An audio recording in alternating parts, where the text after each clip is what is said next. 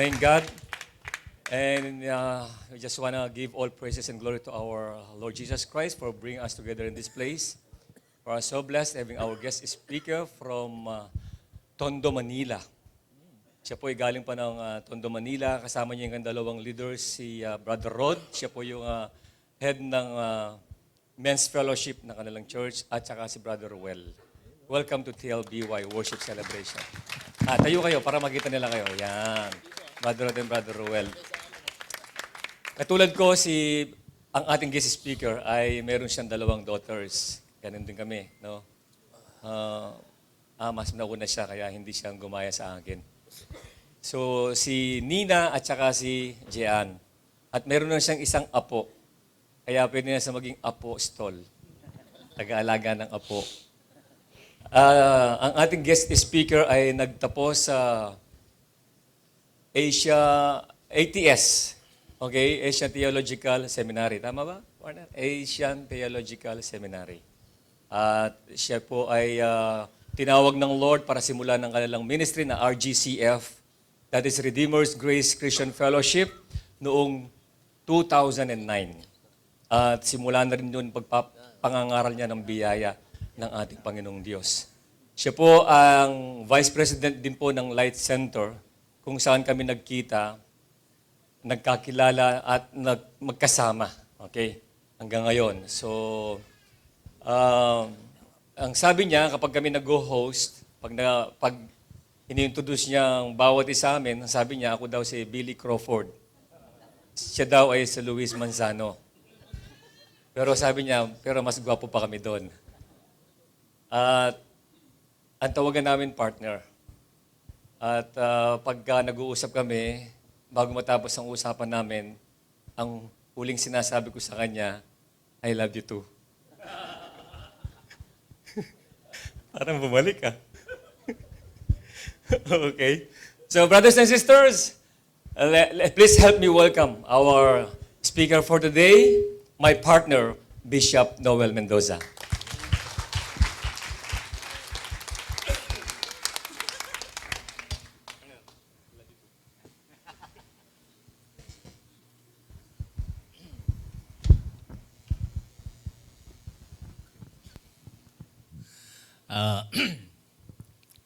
From one pogi to another, morning po sa inyo lahat. Mayap, nakalimutan ko na yung kanabisado ko. Mayap, abak. Ayun, no? Magaling naman pag bihasa. Okay. Mayap, abak po kayo. Ayan. Ilang alam ko. Okay na yan. Pwede na yan. Makakasurvive na po ako. Okay. Good morning to one and all. And I'm really so blessed and privileged to stand before you in the name of the Lord and share the Word of God for all of us this morning. Ayan. Salamat po sa imbitasyon ng aking partner. Siguro naman napanood niyo yung tribute natin sa kanyang birthday, no? Nandito ba kayo nung birthday niya? Ayan. Talagang sinagot ko lang po yung lagi niya sinasabi sa akin. Kaya inunahan ako. Okay. Ayan, mula po sa aming church sa Tondo, Manila ay gusto ko pong ipabot sa inyo ang aming mainit at taos-pusong pagbati sa ating mga kapatiran dito sa TLBY. No? Alam ko parang version ng Bible to, The Living Bible. The Lord bless you, Pampanga. Ayan. And sa pangunguna po ng inyong napakabait, napaka-pogi pong pastor. Okay? Actually, hindi po ako nagsusuot ng ganito pero kilala ko siya laging naka-jacket. Ginaya ko na po. Okay? Alam niyo kami mga action star, talagang tanggol, di ba? Yan talaga yung, sa Pilipinas, kahit mainit, basta action star ka, kailangan naka-jacket ka. Ayan. So, God is so good. God is good. And all the time. Amen. So this morning, whatever is not right with you right now, kung meron man if you're not feeling right, whatever is not right with you right now, the Lord will make it right because you are the righteousness of God in Christ. O, di ba? Swak yun. Pasok yun. That's our declaration. Since we are all God's righteousness in Christ, if there is something that is not right with us, then God will make it right. Gagawin niya naman talaga yan. And He is going to turn things around for all of us. Kahit po ano yung pinagdaanan natin, kagaya ng ating inawit sa anumang pagkakataon, anumang panahon, di ba? Ikaw pa rin ang aming pupurihin. That's why I always say God is good all the time and all the time God is good. So, since we are declaring that all the time He is good, in other words, ano man yung nangyayari sa buhay po natin, we also thank the Lord because of His goodness in our lives. Totoo po yan. Kahit nga po, kanina papunta po namin dito, alam nyo ba, dapat pinakauna pa ako sa inyong lahat eh. Grabe, may traffic pala dito sa NLEX, no? We're stuck in the traffic for about more than an hour. Dito kasi sa may bandang may kawayan, para may ginagawa. Sarado yung northbound na daan, kaya we had to wait, nag-counterflow kami. Grabe. So, but still, sabi na aking mga kasama, Pastor, abot ba tayo? Pag hindi tayo mabot, di uwi na tayo.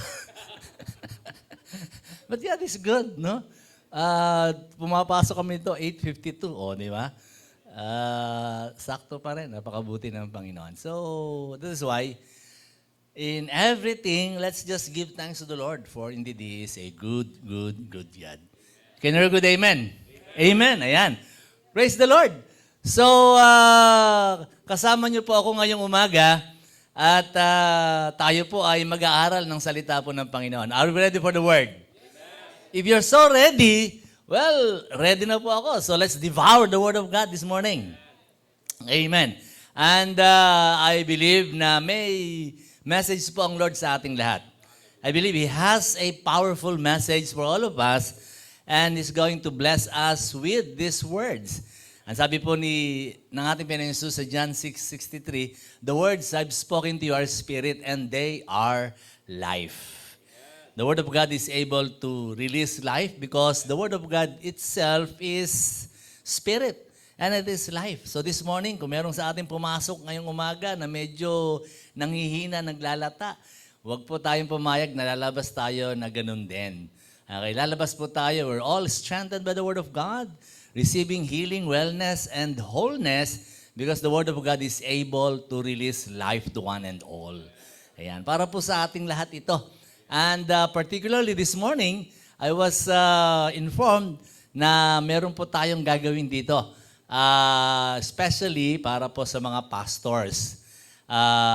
Today, your church is celebrating Pastors Appreciation Day or Sunday. No, medyo kakaiba rin talaga ang TLBY, no? Kakaiba sa lahat. Biri nyo, October pa, November kayo. Advance kayo masyado for next year yata ito eh. Okay? Ibang klase yung pastor natin dito. You're doing it in advance, no? So, I guess sa 2025 ba to? Hindi naman. Hindi, ngayon daw to. Ngayon, okay. So, I'm here to just deliver the Word of God. Kaya po, ano may sasabihin ko? Wag po ako ang inyong titingnan. This is what the Lord wants to say to all of us, and this is the word the Lord wants to deliver to us this morning. Ayan. Kaya happy Pastors Appreciation Sunday. Ako, personally, I'd like to appreciate your pastor. He's been a friend to me. No? Hindi lamang po kami kapwa pastor, kapwa bishop, pareho din pong celebrity. Okay. Although natapos na po yung aming tandem eh. Wala nang kumukuha sa amin. Okay? Pero pwede po kami. Baka may memorial sa inyo, may patay. Pwede kami mag-host dyan. Okay? So, hindi naman po kami pang showbiz. Pag election, pwede rin tayo partner. Okay? Baka may mga kandidato dyan. Gusto kumuha sa iyo. Sama mo ako. Okay? So, he's been a good friend to me and also his family. And sa mahabang panahon namin pinagsama, tagal ko na po siyang kakilala. Mga 1 week na po kaming magkakilala. We've been together for about almost 10 years, no? More than 10. Mga 10 years and 1 month siguro. Okay? So, nakita ko po sa kanya yung talagang isang tunay na kaibigan. Yan. At sa marami namin pagsasama, we've been sharing so many things. Pag nakikita po kami, yakapin niya po ako. Hindi ko naman matanggihan kasi tapos papakainin niya ako. Minsan, isang pinggan lang kami kumakain. Minsan, isang kutsara lang ginagamit namin. Tapos maglalabas ako ng toothpick, hiraman kami dalawa. Oh. Buti hindi na kami nagtutoothbrush, okay? Well, isa po siya sa mga pastors po natin, bishops sa Light Center na talagang naging malapit po sa akin. I'm so blessed having a friend like Bishop J. Okay? And ako naniniwala, blessed po ang TLBY having a pastor like Bishop J. Amen po ba? Parang tatlo lang yung amin dito. Sa inyo po lahat, binabati po kayo, mapalad na meron pong shepherd ang God dito po sa TLBY in the person of Bishop J. Castro. Palakpakan po natin ang Panginoon. Ayan. Okay. Praise God. So today, since we have a particular topic I'd like to share with you this morning, of course, Pastor Appreciation Sunday, we'll be discussing about the biblical perspective of how it is to be a pastor. Ayan. Ano ba yung sinasabi po ng Biblia? What is the biblical concept relating or concerning pastors? Kasi po, during our times, o dito po sa panahon natin, meron na pong iba't ibang kaisipan ng mga tao at maging ng mga Kristiyano po sa mga pastor. Many people think that pastor is just one of the leaders of the church. May mga nagsasabi na ang pastor ay isang employee ng church. May mga churches pa nga, ang pastor nila, hindi lamang pastor. Janitor din. Magkatunog pastor, janitor, pwede na rin. No? And some of churches would like to think that their pastor is just one who will execute whatever the leaders of the church agreed upon. So parang ganun no? Parang yung mga pastor ay hindi talaga na ilalagay at nakikilala yung kanilang tawag. I say it's a call, no? Pagkatawag ng Panginoon sa kanila bilang mga pastor. Well, kung magbibigay po tayo ng definition ng pastor, there may be some degree of trueness sa mga pag-iisip natin, sa mga sinabi ko po, ano ibig sabihin ng pastor. But just like what I said, siguro tingnan po natin, ano po ang konsepto ng Biblia tungkol po sa pagiging isang pastor. Firstly, gusto natin tingnan, ano ba ang salitang pastor sa Biblia? Well, the word pastor from the Bible is taken from the Greek word poimen. Yan, sabi po dyan. Poimen, which means, or translated as shepherd. Sa Tagalog, pastol. Kaya doon ang galing yung pastor, pastol. Dito po sa atin, pagdating po namin dito, napansin ko yung lugar natin dito, may bukid pa sa gilid, no? Meron pa mga, bukid ba tawag dyan? Yes, mga taniman pa. And may mga hayop pa siguro nakikita. So alam natin, no? Pamilyar tayo pag ano ang ibig sabihin pag tinawag ang isang pastor. Okay? From its definition, ano ba ang ibig sabihin ng pastor? Well, ang pastor, by definition, we say, is a person who takes care of the flock of God. Alam niyo po sa Biblia, ang pagpahalin tulad po sa mga anak ng Diyos bilang isang church ay laging may metaphor na flock o kawan. So, mga tupa ang nahandyan po. And taking care has a lot of definition in it. Okay? So, bilang pastor, shepherd, of course.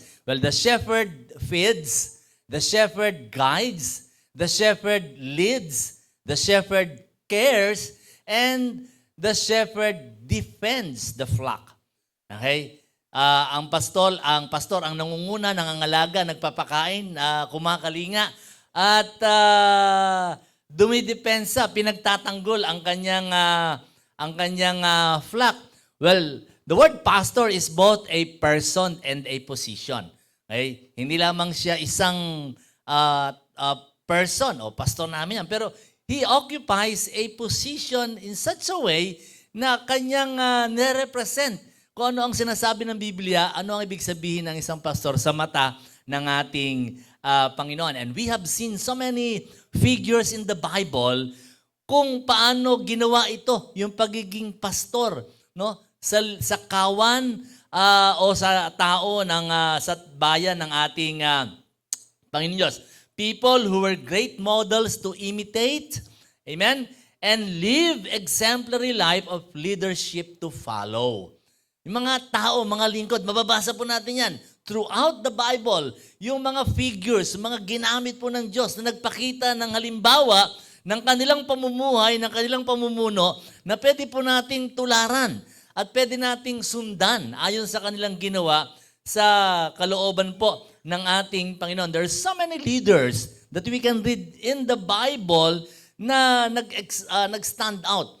But this morning, I'd like to share with you very quickly ang isang leader that in my heart, naniniwala ako na siyang naglalarawan, a portrait of a true leader na ang sabi ng Biblia ay the man after God's own heart.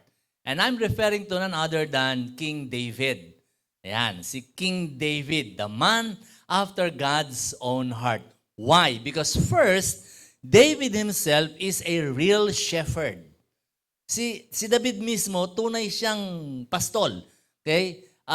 He took care of his father's flock. Alam natin yan, before he was taken from the sheep pen, before he was led to being the king of Israel, he was first a shepherd. Bago siya nakipaglaban kay Goliath, alam natin yung kanyang pinanggalingan at siya ay isang pastol. Pastol siya ng kanyang tatay. And look at this verse in Psalm 78 verse 72. Sabi dito, He chose David, his servant, and took him from the sheep pens.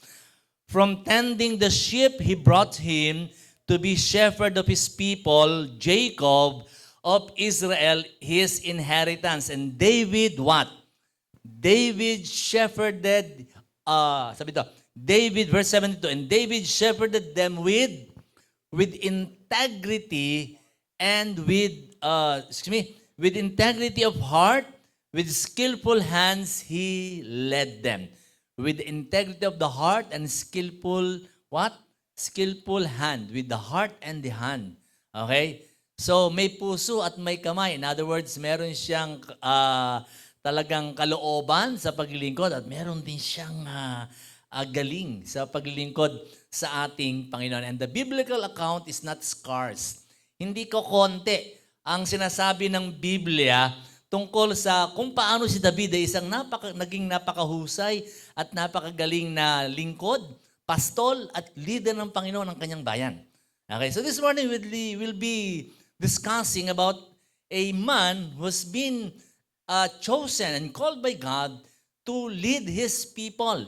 Okay? Siguro hindi lamang literal, but also otherwise. Hindi lamang literal na hari, but also the leader of His people, spiritually speaking.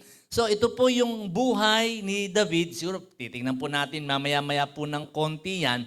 And before doing so, let me just say na ito pong si David, I shall say, he is an exceptional leader. Grabe. Ibang klaseng leader po itong si David.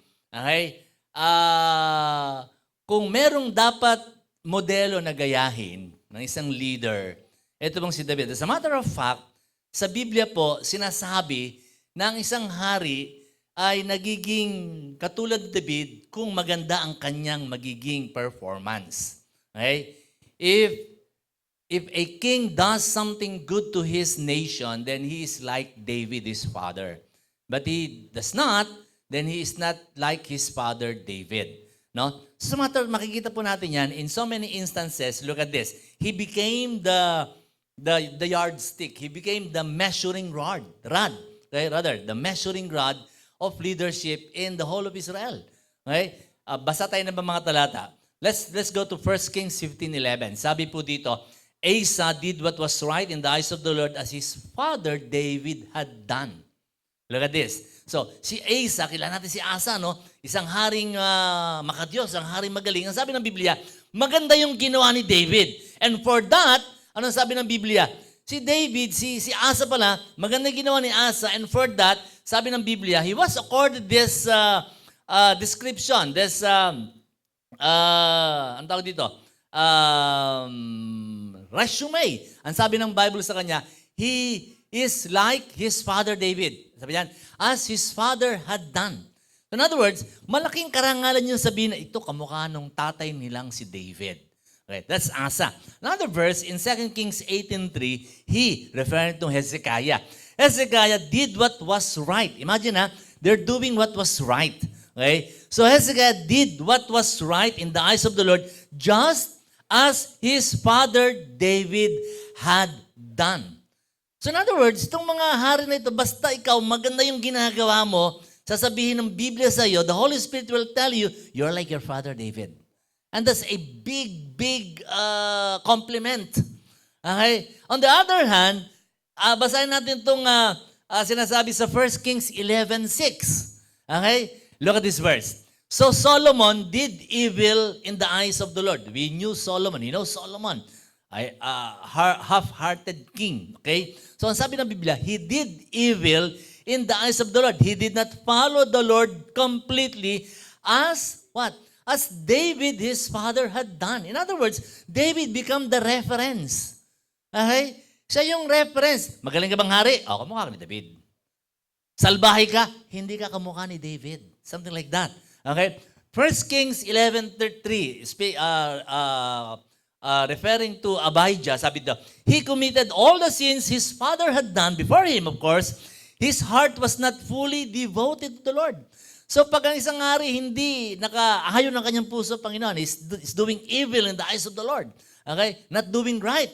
Ang sabi ng Bible, his heart was not fully devoted to the Lord, his God, as the heart of his forefather David had done. As the heart of David, his forefather had done. In other words, si David, he became the measuring rod. Siya yung sukatan, siya yung pamantayan, siya yung yardstick.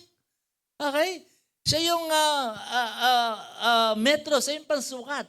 Okay? So kung ikaw, okay ka, kamukha ka ni David. That's a big compliment. If you're not okay, you're doing what's not right in the eyes of the Lord, then you're not like David. So in other words, sa Israel, sa kingship, sa leadership, sino ang kanilang pinagbabasihan? Sino ang kanilang pamantayan? Si David. Okay?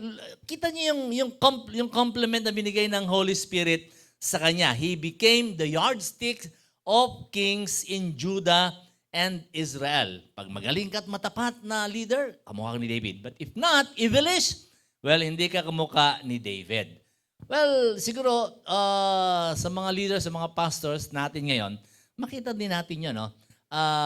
What it takes to be a man after God's own heart. Diba? Lagi natin nababasa, David, the man after God's own heart. Well, it is this.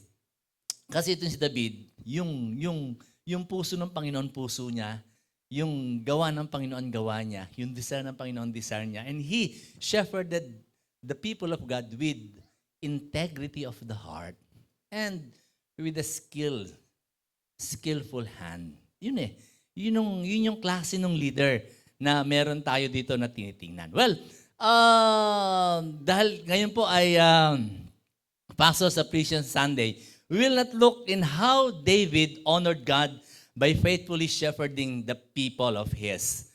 Okay? But rather, tingnan natin, itong taong ito,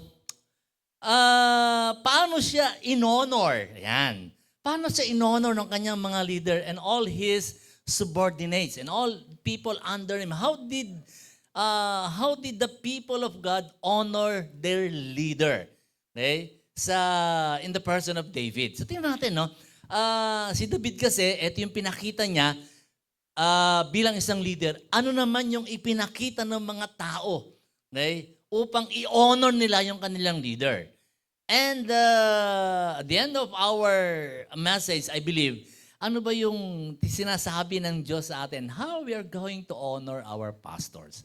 How we're going to appreciate. How we're going to recognize. Well, once a year, the evangelical world circle celebrates this event, Pastors Appreciation Sunday or recognition. Okay? So, pagkilala, honoring the pastor, but really, do the people of God really honor their leader? Do the people of God really honor their pastor? In what way? Okay, ano ba talaga? Kanina, bago ako tumayo dito, may flash na word from Paul's writing to Timothy. No? The pastor, the elder, the leader deserves double honor. O, hindi lang isang honor yan. Okay, dalawa. Kaya, yung mga pastor, second honor kagad yan eh. Pagpasok pa lang, second honor kagad yan. Okay. So, they deserve honor. Okay? Now, let me read to you this verse in Paul's writing to the Thessalonian believers. Okay? Let's go to 1 Thessalonians 5:12. And a little later, we'll go back to the story of David. But let me first insert something from the New Testament para ma-amplify natin so that we can amplify this truth further. Okay? 1 Thessalonians 5:12 and 13. Medyo malayo yung hindi ko masyado mabasa. So I'll be reading dito sa aking notes. Sabi dito, 1 Thessalonians, malaki pala dito sa harapan. 1 Thessalonians 5:12. Ang sabi po, dear brothers, lahat ng mga brothers dito. Okay? And of course, all the sisters. Okay? So dear brothers, sabi ni Paul, may sisters pala talaga. Dear brothers and sisters, honor those who are leaders in the Lord's work. Okay? So, I guess this is an encouragement, an appeal. Sa iba, baka ayaw ng mga law, or it is a command. Actually, this is in a form of imperative ito kasi eh. Okay? Honor. Okay? Honor, sabi dito, honor those who are leaders in the Lord's work. Okay? Sa trabaho. Panginoon. At siguro kung yan ay ating lilinawin, of course, ano Panginoon? Well, ang context yan is, of course, the church. Okay? Dito po sa atin, sa gawain ng Panginoon. Okay? They work hard among you and give you spiritual guidance. Okay? They work hard. Okay? Maraming mga pastor, hindi na nga nag-rest day yan. Okay? Para lang makapag-work. Kasi hindi lang nag-work sa church, may work pa sa iba. Okay? So, maraming mga pastor, hindi na nagde-day off. Pero may mga pastor naman, puro day off naman. Okay? Pero sabi lang yung nag-work hard. Okay? So, show them what? Great respect. Show them great respect. Okay? Pakitaan nyo sila ng higit na paggalang. Amen? Show them great respect and wholehearted love. Okay, wholehearted love. Buong pusong pagmamahal. Okay, I think this is unconditional, no? Okay, sabi daw, because of their work and live peacefully with each other. Okay? So, kaya pag nakikita niyo si pastor, hello, pastor, again, di ba? Hello, love, again. Okay. Meron bang manonood sa inyo? Baka may napuyat sa inyo. Hello? Hello? Wala naman. Okay. Kasi magpipreach sana ako sa church namin. Nung naalaman yung pamagat ng sermon, walang umatin eh. Ang sabi ko, hello, tithes, goodbye. Okay. Okay. So, sabi dito, show them great respect and wholehearted love because of their work and live peacefully with each other. Well, let's see the Bible, what the Bible tells us, how God's people should honor, how God's people should respect. Okay?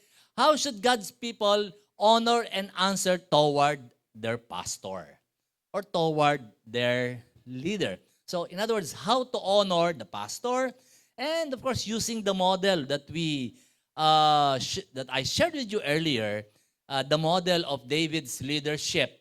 Okay, how did the people under David honor him and were able to respect their leader?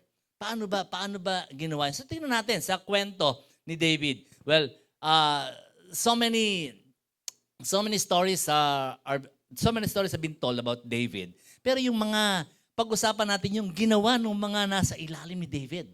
Okay? Very seldom that we hear what people did to David, especially those who are under him, under his leadership.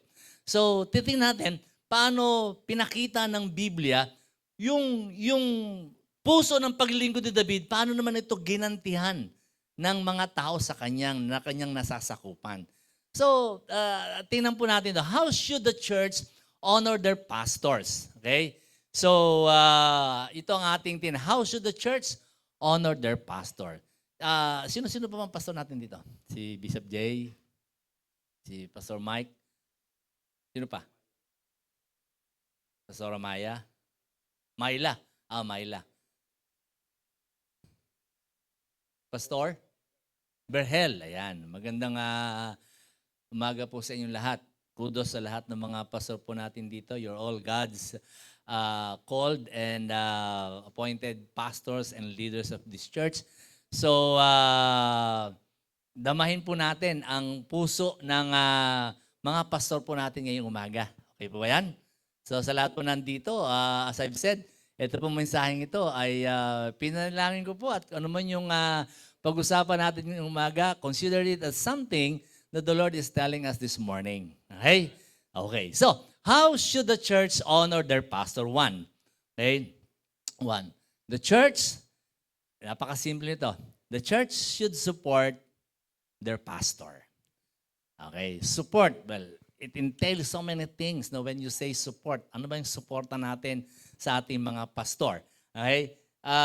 Let's read the story of David and his mighty men. Doon po tayo pupunta. Now, let's proceed to 1 Chronicles chapter 11. Start reading from verse 10. Okay? Okay, tingnan niyo po ito mga kapatid. And I think something so interesting and amazing will come out of these verses. Dito po sa ating pag-uusapan. So, one, the church should support their pastor. So, tinranslate na po natin sa church, pero pinag-uusapan po natin yung mga tao na nasa ilalim ni David. How did the Holy Spirit relate to us? Okay? Kung paano yung paano yung mga paano yung mga tao sa ilalim ni David na pinangunahan niya, how did they honor? How did they respect? How did they recognize and appreciate David as their leader? One, sabi dito, the church should support their pastor. 1 Chronicles 1:11, and sabi dito, these were the chiefs of David's mighty warriors. So if you've heard the exploits of David's mighty men, magugulat kayo kung ano yung mga pinaggagawa nila. Grabe mga warriors to. But other than warriors themselves, these people are men of David who have high regard to their leaders. Tingnan po natin yan. Okay, sabi dito, these were the chiefs of David's mighty warriors. They, together with all Israel, kasama yung mga buong congregation, in other words, no, leaders and congregation alike, sabi dito, gave his kingship what? Gave his kingship what? Strong support. Strong support. Say strong.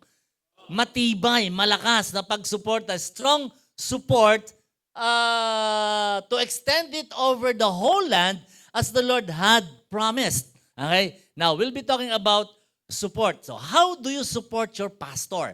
Dito, you support, you can say so many things about supporting someone. Okay, paano mo ba sinusuportahan? Well, suportado ko yan eh. Nakasuporta ako sa kanya.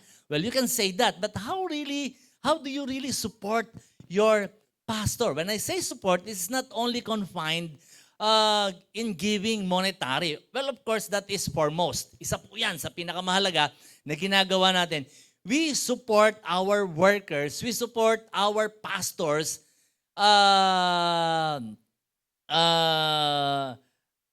financially. Okay? So, sinusuportahan po natin ang ating mga manggagawa sa kanilang mga pangailangan. As a matter of fact, yung pong pinost dito kanina na double honor, well, it speaks of the other one, the twin honor po yan. The other one is speaks about the financial support. Okay? Honoring means you give, you support financially or monetary. Ito po yung ating sinasabi na ang mga pastor, ay banal naman yung pastor namin kahit hindi kumain yan, banal yan Ay, hindi po ganoon. Okay? Kahit po yan na maglakad, okay lang po yan. Kasi nung araw, ang mga pastor, pagka sila nagmi-ministeryo, by feet. No? Hindi by faith, by feet. Okay? So, okay lang maglakad yan. The more na sila ay nahihirapan, the more na sila ay maraming mga pinaglalaban, the more na sila ay nagiging banal. Alam niyo yung mga kaisipang ganon, no? Para mas ang kanilang mga panabal. Yes, true. Talagang maraming binabaka, maraming talagang kinakaharap ang mga pastor. Pero hindi rin tahimik ang Biblia sa pagsasabi na ang mga pastor kailangang sila ay tumanggap ng suportang physical at suportang financial. They also need to eat. They also need to wear clothes. Kailangan yung pastor naka-jacket na itim, no?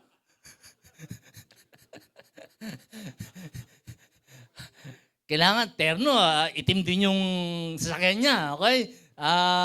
I mean, pastors need these things, no? Kailangan din nilang may mga anak ang mga pastor, no? Yung mga anak na pinag-aaral, meron silang mga pangangailangang material, financial na hindi naman nila idinadaing, no? Of course, yung mga pastor natin, napaka-humble nila na hindi sila nagsasabi, bilhin niyo ako nito, gawan niyo ako nito, o bigyan niyo ako nito. No. You're not going to hear those things from a pastor. Okay? Sa isang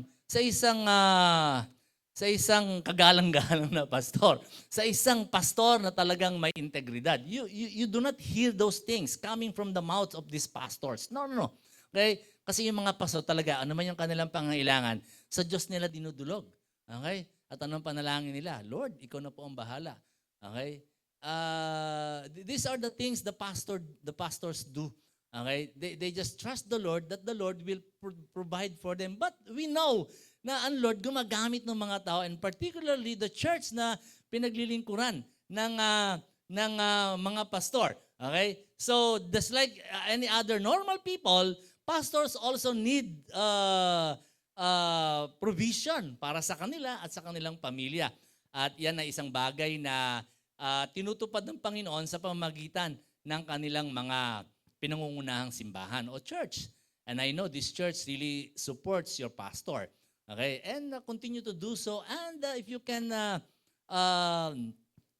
give more, and if you can, alam niyo yun, sa totoo lang, wala naman po talagang kalugihan pag tayo po ay tumatangkilik at nagpapala po sa ating mga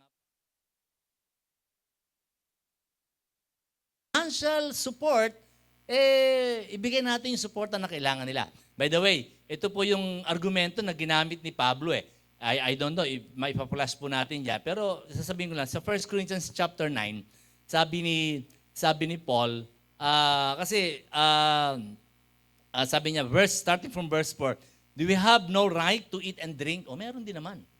Di ba? Sabi ni Paul, wala ba kaming karapatang kumain, uminom? May ibang pangasor nga, mas malakas pang kumain sa iba. Sa uminom. Okay. Do we have no right to take along a believing wife, as do also the other apostles, the brothers of the Lord, and Cephas, that's Peter?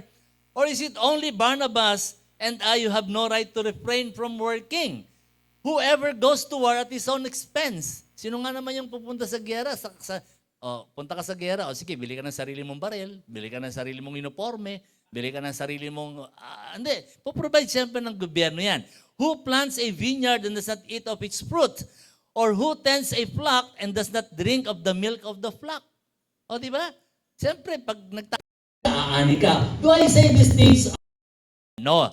Or does not the law say the same also? For is it written in the law of Moses? Kahit sa scripture, kahit sa law, ang sabi ni Paul, is using an argument para sabihin sa kanila, ito talaga, standard to. Ito talaga, isang bagay na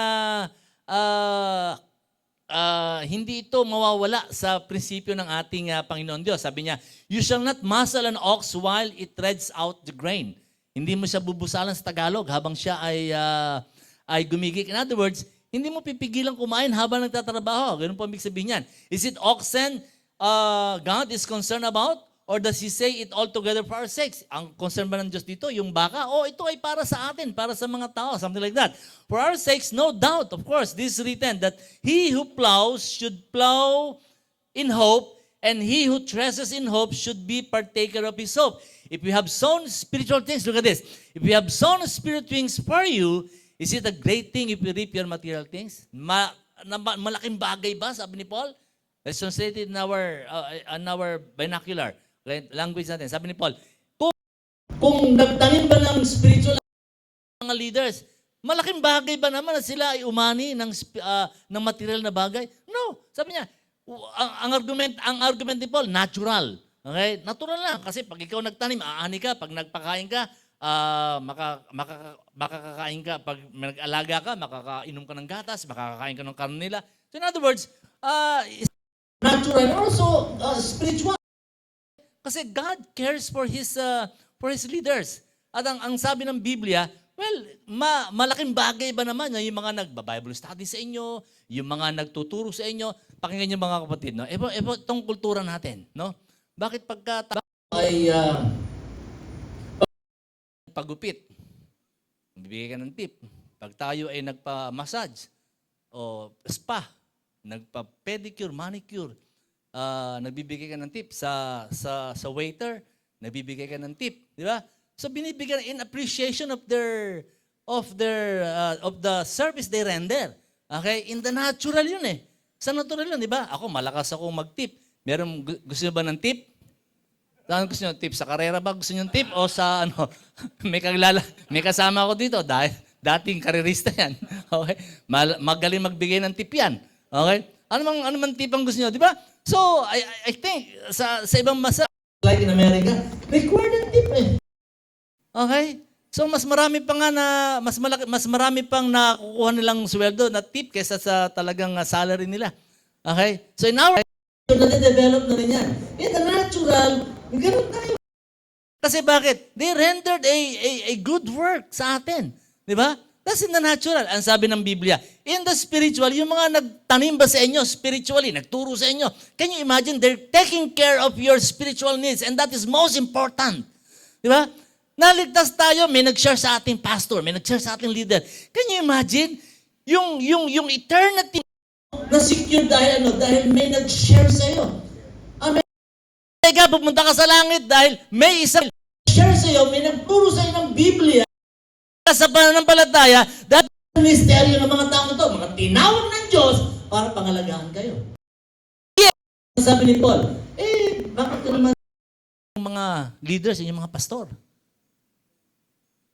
Hello? Hello, love? Ano, goodbye na po ba tayo dito? O hello, love, again tayo? Okay? Hey, hello, love. Goodbye, pastor. Diba? So, you see the argument of the Bible. Okay? These are principles that are timeless. Amen? Ino-honor po ng God yan. So, kaya sabi ko sa inyo, pastors also need. Yun na lang, yung pastor nyo, hindi masyado nagkakakain. O, di po ba? Kita mo naman, jetang-jeta. Wala kang makita. Ako lang ilabas yung abs ko sa inyo. Okay? Kasi paglabas ko yung puro agila at saka ano makita nyo dyan. Tagutondo to eh. Okay? Okay? So, may mga pangangailangan sila. Kami. Okay? Ako, I'd like to testify sa inyo sa church po na aking pinaglilingkuran. We are amply supported by our church. Okay? Talaga pong napakabuti ng Panginoon na dinala ko sa isang church na merong ganong pagrespeto at merong ganong pagkilala at pagsuporta. sa mga manggagawa po nila. And I hope ito po yung nilalagay ng Lord sa puso natin dito sa church po na ito. Wala po kaming pinag-usapan ng Bishop Jay tungkol po dito. Okay? At wala rin po akong commission sa kanya. Okay? 10% lang. Okay? Wala po. Ang sinasabi ko ay ang salita ng ating Panginoon. But sabi ko nga sa inyo, more than the financial and more than the the material needs, no? Yung suporta natin. Anong suporta ang pwede natin bigay sa pastor?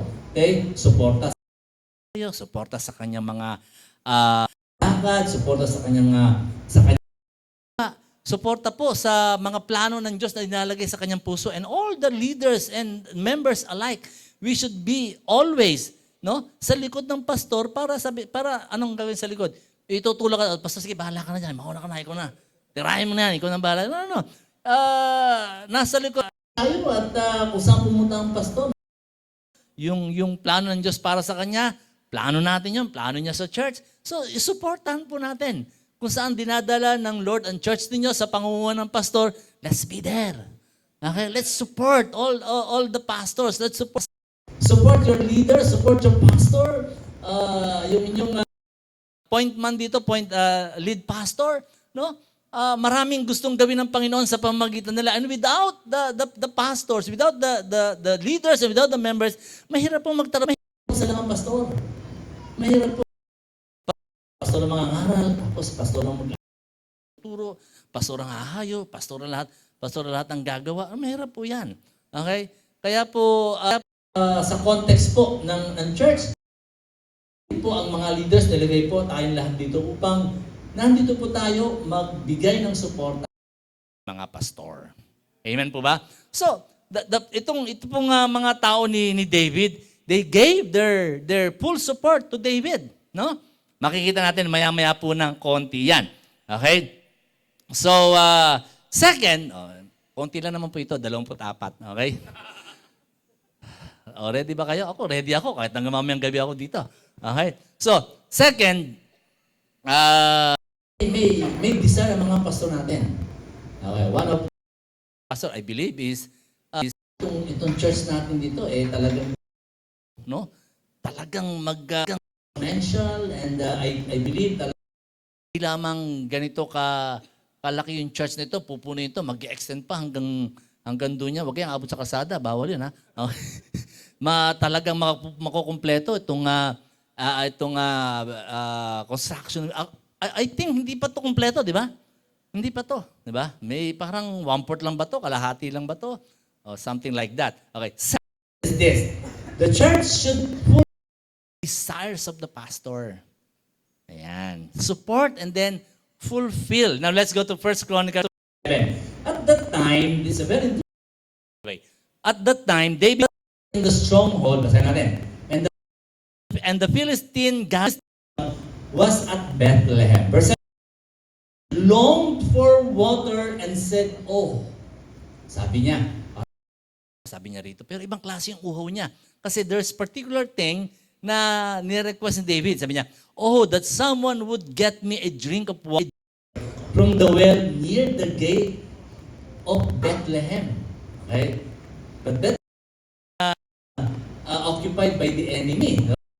Actually, tatawli sa enemy line. So the three lines, the three greatest mighty warriors of David. Sabi dito, President, so the three broke in line drew water from the gate of Bethlehem and carried it back to David. Grabe, no?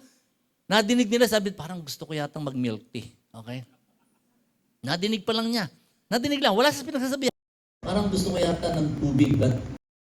Tubig doon sa balon, sa Why Bethlehem? Taga doon si David eh. Taga doon siya eh. Okay? So, sabi niya, gusto ko ng tubig. Namimiss ko na yung tubig doon sa amin. Sabi niya, something like that. At yung natin ng tatlo yun, talagang umakad. Okay? Crossing the enemy line. Okay? Risking their lives. Tumawid sa mga landmark. Something like that, no? Tapos, naka-barbed wire, mga harang, may mga ilaw na gumagana. Something like that. Okay? Pero they braved the situation, and these three mighty men of David enemy line. Grabe, no? Sabi dito. And then, sabi sa, nakakuha silang tubig, bumalik. Kita ng mga hindi na malayan. Ganon sila ka-skill, sila ka-stealth, ganon sila kagrabe, no? Ang sabi dito, nung binigay, so the three broke through the Philistine line, drew water from the well at the near of the gate, and carried it back to David. But he refused to drink it. Instead, he poured it out to the Lord. 19. God forbid that I should do this. He said, the blood of these men, the risk of their lives. So, nirisk na yung buhay nila kay David. Can you imagine, no? Trusted leaders risking their lives for David. No? Sabi dito, should I drink the blood of these men who went the risk of their lives because they risked their lives to bring it back? David would not. Okay, now, listen to this, church. Hindi po na si David, hindi sabay kunya mo ng tubig. He was just telling, perhaps he was telling it to himself, or he just saying, I need the water at the well in Bethlehem. So, natin positive yung mga leader na to. Yung nadinig yung paghinga pa ng leader. Basta okay lang mo. Yung very sila, yung pastor nyo malayo. May iniisip yan. Pag malayo ang tingin, sundan nyo yung tingin niya. Okay? Baka mamaya, pag nakatingin si pastor, nanghuhuli ng lamok yan. Mahirap yan. Mahirap yan ganun, ha? Kailangan, pala ng pastor, alam yung mga galawan, pag may pastor, pag gumanon lang, pastor, masahin kiligod mo. So, sensitibo eh. Well, yung sinasabi ko, pang ibabaw. Pero alam niyo yung talagang, yung pastor, sensitive ka. Kasi may this, ito nga, sabi ni David, anong gusto doon sa amin? Yun lang. It's just a sigh of, I miss the water. Grabe. Sabi niya ganyan. Nadinig ng tatlo. Hindi dumiretso. Ay, tatlo. Lakad silang pa atras ngayon. Sa ilalim ng barbed wire. Gapang. Pak. Tumitingin. Baka ma-sniper sila. Okay. Hanggang sa balon. Sumalo. Nilalagay yun. Di siyempre sa water bag. Dala-dala nila. Iningatan nila. Tapos in-offer nila kay David. Grabe, no? So, siyempre nag-guilt si David. Niriks yung buhay nila. Hindi ko mainom yan. So, pinahalagahan din. But they appreciated what is written. No? So, fulfill na desire ni David. Tubig lang yun, ha? Tubig lang. Ang kapalit, panganib ng buhay. Mga taong ito. What I'm saying is this. Kapatid, ang church should be sensitive to the desires of the pastor. And we should fulfill the desire. Ito, ang mga pastor po, desire nila para din sa Panginoon. Pastor nila para din po sa inyo. Paano ba namin gagawin yung pinagagawa sa atin? Paano ba natin lalo pang mag-cause ng growth ng church na ito? Yung desire pastor ninyo, ito, magbuduto, magkakaroon to ng mas maraming mga sila. Yung mga sila na to, yung parang nasa sinihan yung sila natin. Pwedeng mag-recline, taas ang paa, tapos may ito ng mga inumin. Pagkatapos may saksakan ng USB, pagkatapos may mga padanakagin dyan. Gusto ninyo eh. Hindi church eh. Okay? So, ito yung may desire ang pastor natin, mag-multiply na, magkaroon mga satellites, mga daughter churches. We just want to implement what God has placed in my heart. Okay? How are the leaders para yung gusto ni pastor? Ayan. Of course, higit pa dun sa mga dinidesire ng mga pastor natin. Of course, meron din sila mga personal at sa family. But their desires actually, more than what they desire personally, is for the church and for all the men. Diba ba? Hello? So, maging support desires of of your pastor? Of course, no. The desire of your pastor. Ano ba yung dinadala ng Panginoon? Ano ba yung direksyon ng Panginoon? Tulungan natin yung pastor natin na makita nating pare-pareho. Ito yung leading ng Lord para sa atin sa church na ito. Hello? So, support, no? Fulfill the desires of the Father. Oh, let's move on. Third. So, how you can honor your pastor? Honor them by this. The church should fight the spiritual battle with and for the pastor. May mga pastor, may mga laban din po yan. May mga battles din po kami. Okay? Laban sa washing machine, laban, laban sa kusina. No, may mga laban din po ang mga pastor. Spiritual that is. May mga po sila. At kasama tayo sa mga mga kapatid. Yung natin, yung pastor natin, tinutulungan sa laban, and we fight for his battle. Hindi nyo alam, may mga pinaglalabanan, and then where are the leaders? No? They should be sensitive na, pastor, ano ba yung maitutulong namin yan sa pinagdadaan? Okay? Or, do you the pastor is going through in his life, family, and ministry? Nakukumusta ba natin yung mga, pastor, kumusta na po kayo? Nakukumusta ba natin sila? Their wellness, their well-being, rather? Nakukumusta ba natin sila? So, ano yung mga pinaglalabanan nila? Spiritually, emotionally, mentally, marami po silang laban. Napagpiestahan ng kalaban yung mga pastor. Okay? Lumaban tayo kasama ng laban nila. Hello? Diba? Balik tayo kay David. Let's go to 2 Samuel 21. Okay? Once again, look at this. There was a battle. Lagi na lang may labanan yan. Between, noon pa hanggang ngayon, no? Between the Philistines and Israel. David went down with his men to fight against the Philistine and he became exhausted. Si David yung leader pero nakikita sa labanan. Okay? Nakita nila si David, napahagod na. Ang dami na siguro nakurot, ang dami natusok na, marami nang hindi bumenta yung joke na yun. Okay? marami na patay si David and he became exhausted. What is exhausted? The point of talagang wala na siyang lakas. Pagod na. Napapagod din yung mga leaders, napapagod din yung mga pastors. Okay?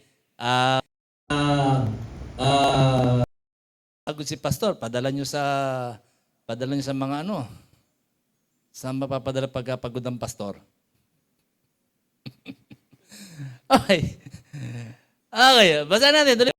Okay? And he became exhausted and okay? The descendants of Rabbah, whose bronze spear had weighed and who was armed with a new sword, said what? He would kill David. Grabe to, no? Ipapapatay niya. Sabi niya, humanap na ako ng assassin. Okay? Pag ako nadali, papapatay ko to. Kayo, ikaw, tsaka ikaw. Kinausap ko na, nag-yes na yan. Okay? Sabi to. He would kill David. May gustong pumatay kay David. Sa Pangulo gustong pumatay sa hari. Hello? Mainit yung balitang yan, di ba? Okay? So, but Abishai, look at this.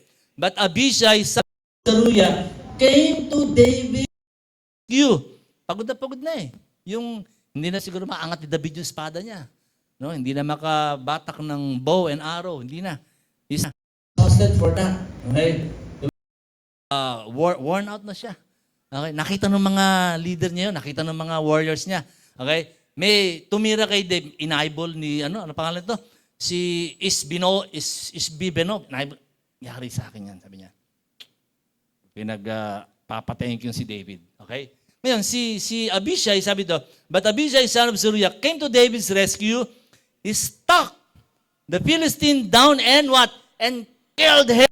Then David's men swore to him. Ang kanilang commitment para kay David. Anong commitment ng mga tao, ng mga leader para sa kanilang pastor, para sa kanilang leader? Never again will you go with us to battle so that, look at their intention, so that the lamp of Israel will not be extinguished. Ibig sabihin nun? Ibig sabihin nila, para hindi madapuan ng langaw, para hindi masaktan, para hindi mamatay itong ating leader. we are going to cover for him. We're going to fight, his battle. We're going to kill anyone who wants to kill him. Di ba? So, may mga battles, yung mga leader. And particularly, yung mga tao ni David, willing sila. Hindi lang sila willing kumuha ng gusto ni David, willing sila ipagtanggol yung kanilang hari. Okay? So, sabi nung nadinig may kalaban, papatayin ko yan. Bago ka makalapit yan, yari ka muna sa akin. I mean, something like that. This is biblical. Something that we need to learn, no? Well, of course, the target of David, the target of the enemy is the king. Alam niyo sa laban, sa battle, nakakapanood naman siguro tayo ng mga pelikula rito, pag una nilang napapatay yung hari, okay, yung leader, nagkakaano yung mga soldiers, parang chess lang yan, di ba? Pagka namati na yung king, di tapos na laban. Something like that. Napaka-importante ng role ng leader. And that is why sabi ni Zechariah 13:7, look at this. Zechariah 13:7. 1, 2, ayan. Kill the shepherd and the sheep will scatter. Kill the shepherd and the sheep will scatter. Okay? Or extinguish. Actually, scattered lang yan.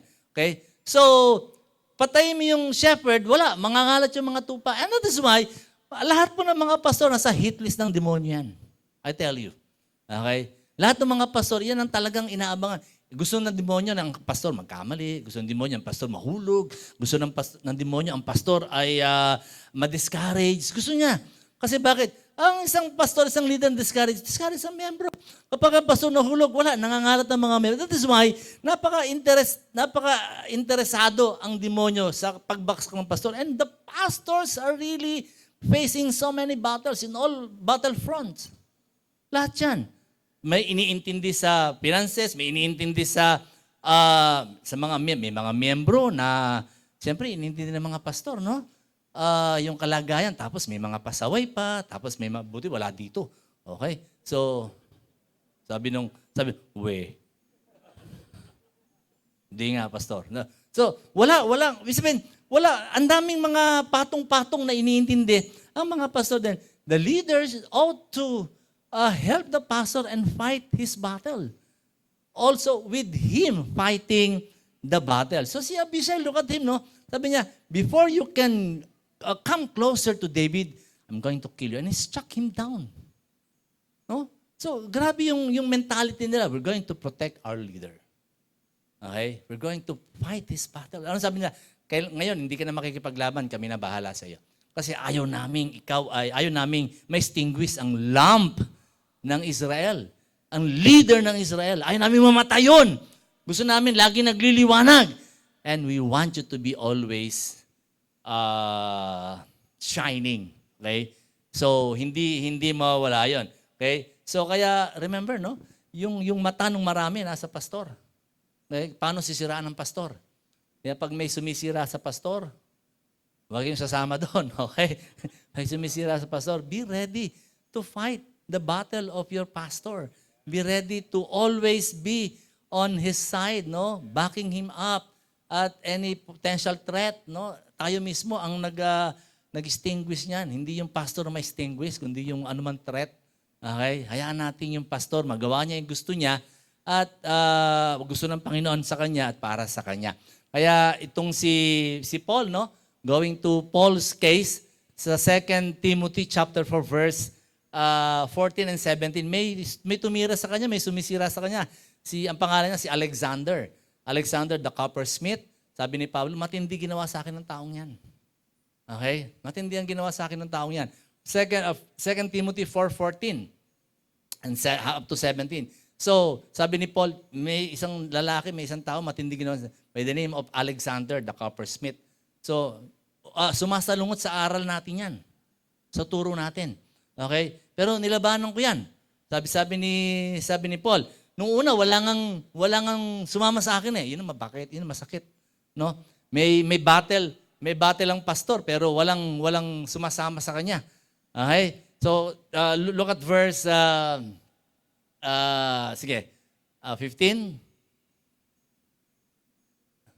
You also must bear of him, for he has greatly resisted our words. Tuloy. At my first defense, no one stood with me. Diba? At my first defense, no one stood with me, but all forsook me. May it not be charged against them. And then verse 17, but the Lord. Yan. Ang Diyos naman, kakampi namin yan eh. Ang Diyos talaga, nasa mga, kahit walang, sa simula, sabi ni Paul, kahit wala, pero ang Diyos, papakita sa atin, kaya niyang ipagtanggol ang lahat ng kanyang mga pastor. Di ba? Kaya sabi ng Panginoon, kaya sa mga pastor naman, kalma lang tayo. Pag may tumitira, naninira, ang Diyos ang bahala sa kanila. Basta tayo, gawin lang natin kung ano yung pinagagawa ng Panginoon sa atin. Hindi man pinapagawa ng Panginoon, siraan mo rin sila. Hindi naman, di ba? So, eto, yung sabi, ang Diyos ang magtatanggol sa akin. Ang Diyos ang magtatanggol sa inyong pastor. But, as God does His share, no, tayo rin. Tayo dito bilang mga leaders, bilang mga membro, let us support our pastor. Let us battle his battle, fight his battle. And tayo yung talagang nakasuporta sa kanya. Amen po ba? Amen po ba? So,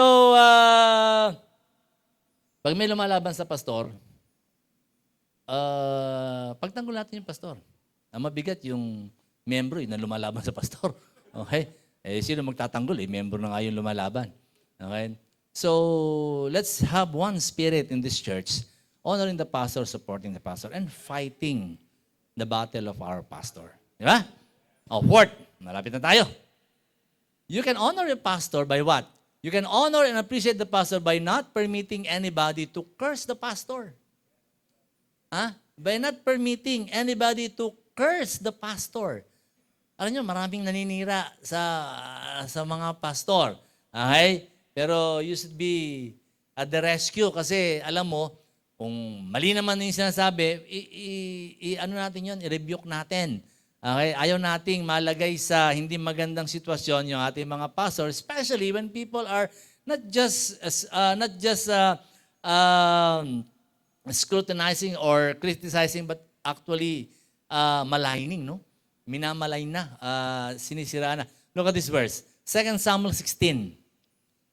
As King David approached Bahurim, a man from the same clan as Saul's family came out from there. His name was Shimei. If you remember Shimei, son of Gera, and he cursed David as he comes out, as he came out. Sabi yan. So what is Shimei doing? Minumura niya. Nilalait niya si David. Okay? Ikaw, madinig mo. Minumura yung pastor mo. Ikaw, narinig mo, nilalait yung, kahit man di pastor, pamilya natin, pagka nilalait, ayaw natin yan. Hindi natin gusto yan, mga kapatid. Okay? We should not let nobody criticize or murmur or nor talk bad about the pastor. Okay po ba yun? Okay? So when someone is talking behind the back of the pastor, siguro kahit tayo, hindi tayo papayag eh. Kahit na basta mahal natin yan. Okay? Lalo na yung ating pastor.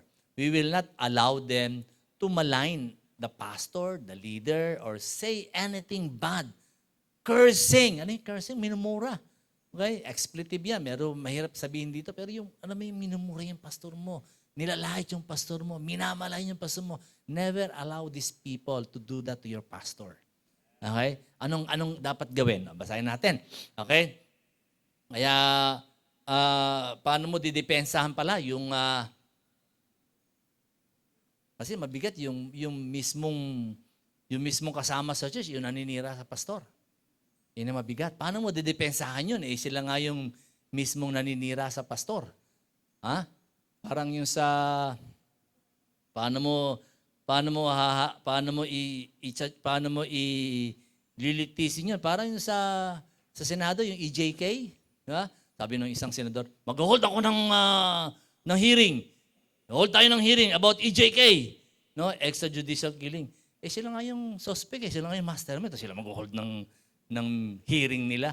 Hindi pumayag yung Senado. Okay? So, paano mo sasabihan na wag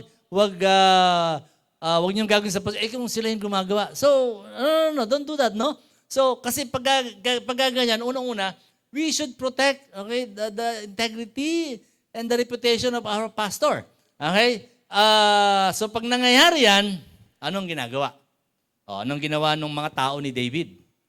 Sabi natin, ano yung ginagawa ni David, ng mga tao ni David para sa kanyang leader. 2 Samuel 16:9. Then Abishai, prominent si Abishai, no? Grabe ito, talagang siguro ito yung number one man ni pastor, no? Ito yung talagang, yung nadala niyo lumalapit kanina, yung papatay si David. Okay? Tinira niya. Ayaw niyang palapitin kay David. Ito, this instance, sabi niya. Then Abishai, son of Zeruiah, same man, said to the king, "Why should this dead dog curse my lord the king? Let me go over and cut off his head." Sabi niya. So yung mga nagmumura sa pastor, pinupugutan ng ulo yan. Joke lang. Wala po yan. Diyan sa kaso na yan. Well, we do not go to that extent. No? Hindi naman natin ginagawa, of course. But there is something here. Okay? So, hindi ka papayag na bastusin yung pastor mo. Hindi ka papayag na bastusin nila yung leader mo. Ikaw nahandon, pagtanggol mo. Sabi mo, hindi po tama yan, hindi ganyan yan. Okay? Hindi binabastos. They are God's anointed. Even David, relating to his co-leader, hindi ginagawa ni David yan. One time, nandun sila sa isang cave, nandun si Saul. And remember, this time, they were being hunted down by Saul. Okay? They are fugitives. Okay? So one time nakita nila, nalaman niya, andun si Saul sa cave. So napunta sila ron. Okay? Nandun na sila sa cave. Kasama yung kanyang mga, sabi ng leader niya, "Sir, ito na yung tumitira sa'yo. Tirayan natin to." Okay? Isang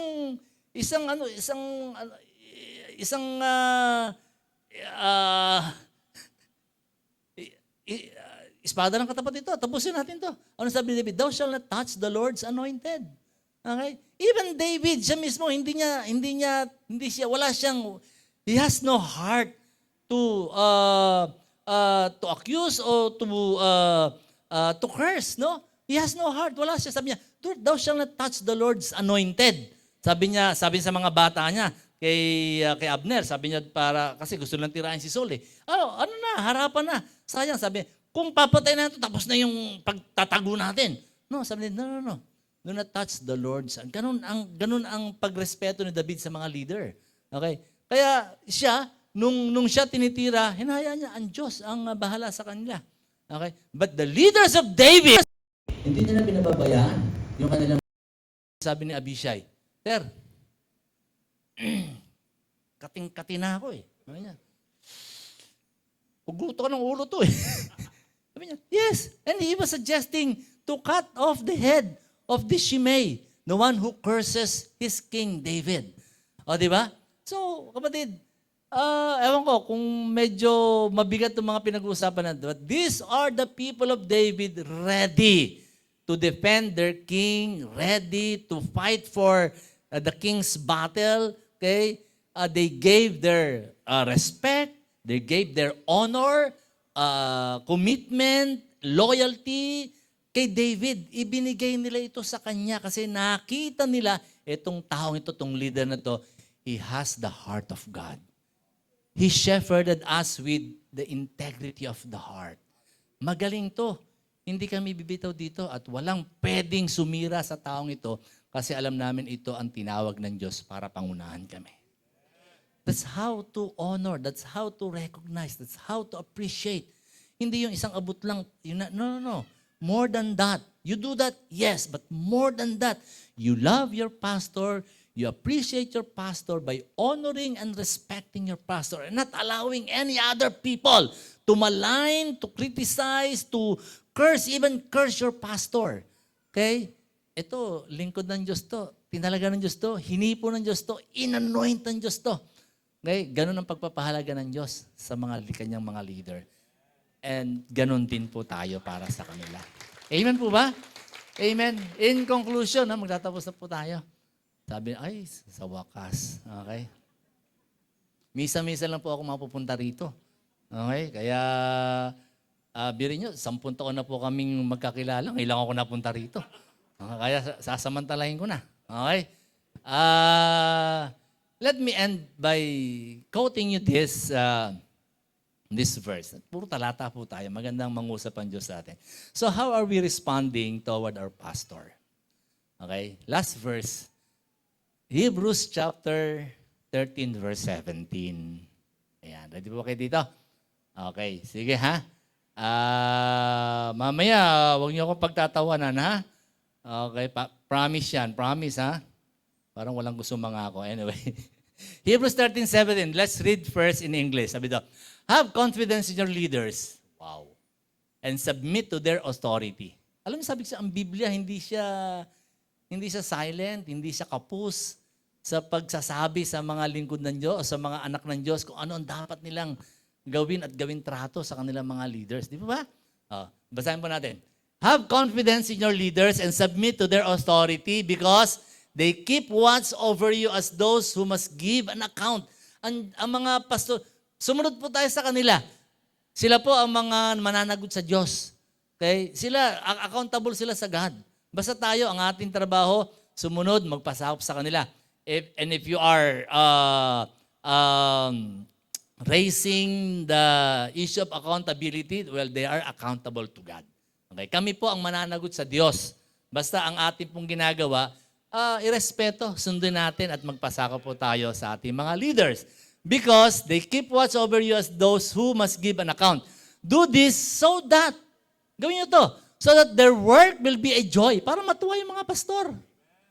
Diba? Para pag sila pupunta sa church, masaya sila kasi ito yung mga membro ko na mahal ako, ito yung mga membro ko na ginagalang, ito yung mga membro ko, they don't talk behind my back. These are my members, these are my leaders who are with me. Saan man ako pumunta, ano man ang laban ko, ito sila. So meron silang joy. Diba? Gusto nyo masiyahan ng yung pastor? Ito ang gawin natin. Honor them. Diba? Respect them. Submit to their authority. Sabi dyan, do this so that their work will be a joy, not a burden. Ano, yung dami mga pastor talagang bigat na bigat sa pagpapasok. Bakit? Kasi pagpunta sa church, ito naman, ano naman madidinig ko dito? Ito na naman, may mga, parang ganyan, di ba? Not a burden, for that would be of no benefit to you. Pag yung mga pastor daw malungkot, hindi rin kayo makikinabang. Pag daw ang pastor disheartened, discouraged, wala rin, talo rin kayo. Sa Tagalogin natin, sabi dito, pasakop kayo at sumunod sa mga namamahala sa inyo. Sila'y nangangalaga sa inyo at mananagot sila sa Diyos sa gawain ito. Kung sila'y susundin ninyo, magagalak sila sa pagtupad ng kanilang tungkulin. So there'll be joy. There'll be joy in their hearts. Okay? Kung hindi, sila'y mamimighati. Ano yung mamimighati? Malulungkot. At hindi ito makabubuti sa inyo. Diba? It's not only for the benefit of the pastor that they receive due recognition and honor. It is also for the benefit of the people. Why? Because as you honor, love, and respect your pastor, they have the joy of serving the Lord. At ang isang pastor na masaya sa paglingkod sa Panginoon, epektibo yan. Ang isang pastor na masaya sa paglingkod sa Panginoon, may paglago yan. Ang isang pastor na sumusunod at gumagawa na mayroong kagalakan sa Panginoon, iyan yung mga tao, mga pastor na ginagawa ng Panginoon sa kanyang ubasan. Amen? Kaya, may part tayo, sabi ito, kung hindi nyo ito magagawa, hindi rin makabubuti sa inyo yan. Di ba? So, negative din sa mga miyembro pag sila itong ginagawa nila sa kanilang pastor. Pero ito yung respetong binibigyan natin, paggalang, pagmamahal, suportado natin si pastor, maging sa kanyang pangangailangan. Pag masaya si pastor, masaya rin tayo. Di ba? Pero pag yung pastor, lagi na lang nakasimangot, no? Lagi na lang simalmal, lagi na lang kada kausapin mo, hi, buhay. Pastor, kumusta na? Eto, nakakaraos pa. Pastor, kumusta na? Eto, buhay pa. Pagka ganyan ang mga linyada, tanungan at mga sinasabi ng pastor, ikaw ba, miyembro ka, ma-encourage ka ba? Mabibless ka ba sa mga ganung mga salita? No. Pero yung pastor na, pastor, kumusta? Praise the Lord, grabing ginagawa ni Lord. Pag narinig yung mga salitang yun, pastor, ano bang mimisyon na natin ngayon? Di ba? Pastor, kumusta ka na? Grabe ginagawa doon. Ang buti talaga, Lord. Grabe. Pastor, saan ba gustong kumain tayo ngayon? Di ba? Parang na-encourage ka kagad na. Kasi bakit? Your pastor is really expressing kung ano yung nasa puso niya. Why? Partly because yung pastor masaya. Bakit masaya? Kasi nakikita niya yung mga yung pagkilala, yung pagmamahal, yung pagsuporta. Kami po mga pastor, kagalakan po namin lahat yan. Di ba? Ito ang basahin nyo. Itong mabigat. Okay? Go. Ayan. Alam nyo ba yan? Basahin ko para sa inyo, para maintindihan ninyo, ha? Walang tatawa dito. Okay? Pag may tumawa sa inyo, pugot ulo. Okay? I'm going to explain it to you. Okay, so that you will truly understand. Okay? Okay, Hebrews 13:7.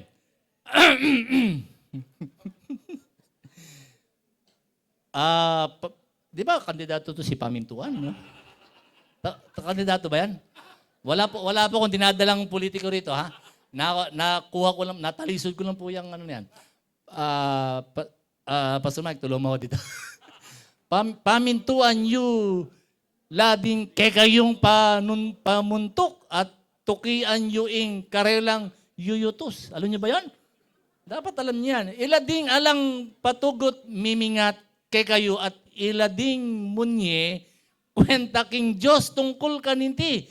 Nung maminto kayo karela at tuparandang matulaing karelang obra. Nung ali maibayat, ano yan? Maibayat nan lalub tupad kaniti at ikayo naman ding maperwisyo. Oh. Alam nyo, naintindihan ko dyan? Perwisyo lang naintindihan ko dyan, okay? Ito lang intindihan ko. Kayo rin ang mapeperwisyo. Diba? Kayo lang ang masisira dyan. Diba? So, we do it the right way. Gawin na natin yung talagang gusto ng Diyos. Di ba ba? So, pasayahin yung pastor natin, sasaya rin kayo. Diba? Paligayahin yung pastor natin, liligaya rin kayo. Di ba? Pero yung pastor ninyo, pag pinalungkot ninyo, na-discourage, discouragement din. Ang sabi ng Biblia, hindi makabubuti sa inyo yan. Di ba? Amen? Now, let me end with a dance number. And then, joke. Sasayaw sana ako ng apachi-pachi. Wag na. Okay? Sa apo ko lang yung ginagawa ko. Okay? A tribute to all pastors. Let me recite a poem. A poem. Yan. Isang tula. Yan. A tribute to all pastors. Okay? Kung gusto niyo, basahin niyo rin to. Dito na ako magtatapos. Tribute to all pastors. O gracious God above, we come to you with hearts of love. We thank you for our pastor dear and all the guidance they bring near. Bless our pastor with strength and might as they lead us in your holy light. May they be kept safe from harm as they journey on this earthly farm. Grant them wisdom to make decisions wise and courage to speak truth before our eyes. May their words be filled with grace as they lead us in this holy race. We ask that you provide for their needs and give them rest when their spirit pleads. May they always feel your loving embrace and know that in you they find their place. O Lord, our hearts are full of praise for the pastor you have sent our ways. May they always feel our gratitude and love and know they are a blessing from above. So we pray for blessings upon their life and that they may continue to shine so bright. Thank you, God, for our pastors' faithful call, and may your grace be upon them now and forevermore. Sa lahat po ng mga pastor, pinagpala po kayong lubos. And tinatanong ko si Bishop Jay, hindi ko alam kung may program tayo dito. But I'd like to call all DLBY pastors here dito po sa stage. And kung po pwede, ipag-pray ko po sila. Samahan niyo po ako sa prayer po para sa kanilang lahat. Okay? So, partner? Ha? Halika dito. Gusto ko lang pong i-honor sila by way of praying for all the pastors. Kay Pastor Berhel, kay Pastor Mike, kay Pastor Laila. Okay? Ayan. Yung papatungan ko po ng kamay, palakasan po ng palakpak. Okay? Sige po, tayo po tayong lahat mga kapatid. Can I ask everyone to please rise and join me in praying for all your pastors, declaring that as they are called by the Lord to lead His people here sa TLBY, may God's grace be upon them, overflowing grace, and that they may find joy in serving the Lord through His people. And right now, let's just commit them to the Lord. their ways, their lives, their needs, their desires. And as we pray for them, you may also would like to commit your commitment para sa kanila, to pray for them, to support them, to submit to their authorities, and to always love and respect them. Okay po ba yan? Sige po, tayo po ay manalangin.